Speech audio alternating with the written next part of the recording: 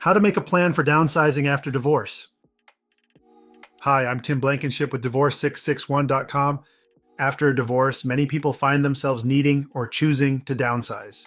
Whether it's moving to a smaller home, reducing monthly expenses, or simplifying your lifestyle, downsizing can be a smart way to regain financial control and emotional clarity. But like anything during a transition, it helps to have a plan.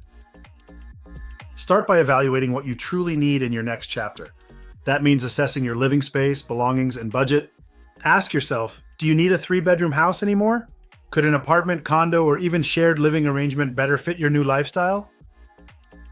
Next, take inventory of your possessions. Downsizing often means letting go of items you no longer use or need. Start with large, non-essential items, extra furniture, duplicate kitchenware, or things that carry emotional weight you're ready to release. Selling or donating these items not only clears physical space, but often brings a sense of relief.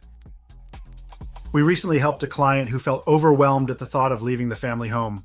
Once we walked her through a room-by-room downsizing checklist, she realized she could comfortably live in a smaller, more affordable condo. That move lowered her expenses, simplified her life, and gave her a fresh start in a new space. At Divorce 661, we guide you through every step of life after divorce, including how to downsize with confidence. We offer post-divorce planning resources, budgeting tools, and even referrals to local professionals who can help you transition into your new home smoothly. If you're thinking about downsizing but don't know where to start, visit divorce661.com to schedule your free consultation. We'll help you build a clear plan, reduce the overwhelm, and take the next step toward a simpler, more sustainable future.